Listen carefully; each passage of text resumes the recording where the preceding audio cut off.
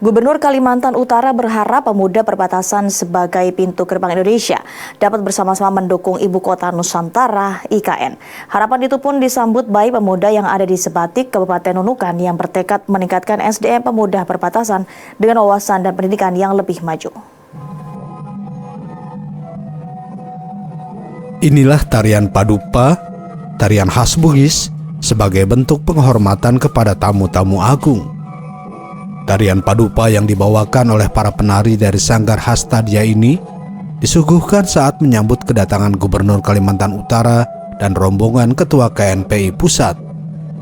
Kehadiran Gubernur ini untuk membuka musyawarah daerah ketiga Komite Nasional Pemuda Indonesia KNPI Provinsi Kalimantan Utara tahun 2022 di Pulau Sebatik, Kabupaten Nunukan.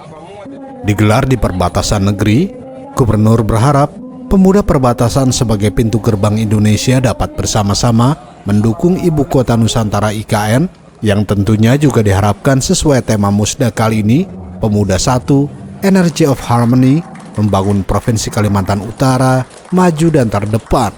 Harus berperan aktif, dan kita ini di Kalimantan Utara bukan penyangga, gerbang, ya, gerbang. Kaltara ini adalah gerbang menuju IKN. Selain penyangga, Kaltara juga gerbangnya untuk menuju IKN.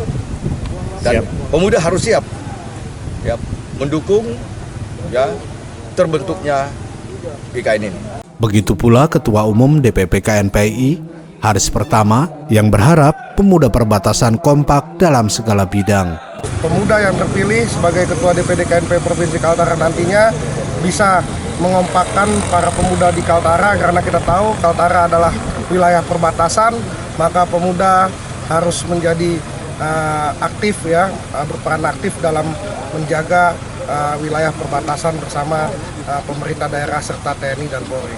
Sementara tokoh pemuda Sebatik yang juga terpilih menjadi Ketua KNPI Provinsi Kalimantan Utara periode 2022-2025 siap mengajak pemuda perbatasan untuk mendukung berdirinya IKN dengan meningkatkan SDM pemuda perbatasan dengan wawasan dan pendidikan yang lebih maju. Pemuda Kaltara dalam menghadapi IKN, tentunya kami akan berhadapan dengan orang luar negeri, mendorong seluruh pemuda dan pemudi yang ada di Kaltara untuk meningkatkan terutama bahasa ataupun pendidikan vokasi yang berhadapan langsung dengan contohnya yaitu industri. Industri tidak tentunya orang ahli hukum, ahli ekonomi, tetapi ada bidang-bidang tertentu dalam bidang industri. Apakah pemuda-pemuda kita di Kaltara sudah memiliki kemampuan itu? Tentunya masih minim.